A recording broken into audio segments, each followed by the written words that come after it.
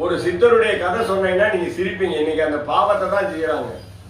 ஒரு சித்தர், புத்தரு, ஞானி, இவன் யார்? நான் பிச்சைக்கார பையன் சொல்லி எட்டி மிதிக்கிறான். புரியுதா உங்களுக்கு? அதோட தலைப்பு என்ன தெரியுமா? சித்தர்களின் சாதுக்கள் சன்னியாசி சாபம் வாங்கக்கூடாது, சாதி மீறண்டால் காடு கொள்ளாது, சித்தர்கள் சாபம் 7 ஜென்மம் எடுத்தாலும் உங்களுக்கு கிடைக்காது, அந்த பாவத்தை செய்யாதீங்கன்றதான். பசுவின் பாவம் பல பாவம். பசுக்கு இறை கொடுத்தான்னு சொன்னால யாவருக்கும் பச்சளையான்னு சொன்ன மாதிரி ஒரு அகத்தி கீரை. அருகம்புல்லுக்கு என்ன போடணும்? ஒரு விநாயகருக்கு அருகம்புல்லு. காலையில ஒரு கோயில்ல கொண்டு சட்டமே பண்ணல, வில்வத்தை ஒரு அம்மா ஆகிட்டு போல குப்பையில போடுற மாதிரி சொல்லி தூக்கி போட்டு அங்க போடுன்னு சொல்றாங்க. காசு கொடுத்தா கூட நீ செய்ய ஆள் இல்லை. பத்தி பொருத்த மாட்டேங்கிறாங்க, சூடம் பொருத்த மாட்டேங்கிறாங்க, நெய் பருப்பு கொண்டு போனா அவங்க எடுத்துட்டு போய் அவங்க வீட்டுல நல்லா இது பண்ணிக்கிறாங்க, கோவிலுக்கு ஒன்றுமே செய்ய மாட்டேங்கிறாங்க. இறைவனை நாடி போறவங்களுக்கு பக்தி பண்பா பாசமா யாருமே இல்லை, அன்பே காட்டுறது இல்லை. காசு கொடுத்தா மாலை பூவு எல்லாம் கொடுக்குறாங்க, விபதி இல்லைன்னா கொடுக்க மாட்டாங்க. அந்த நிலைமை மாறணும்.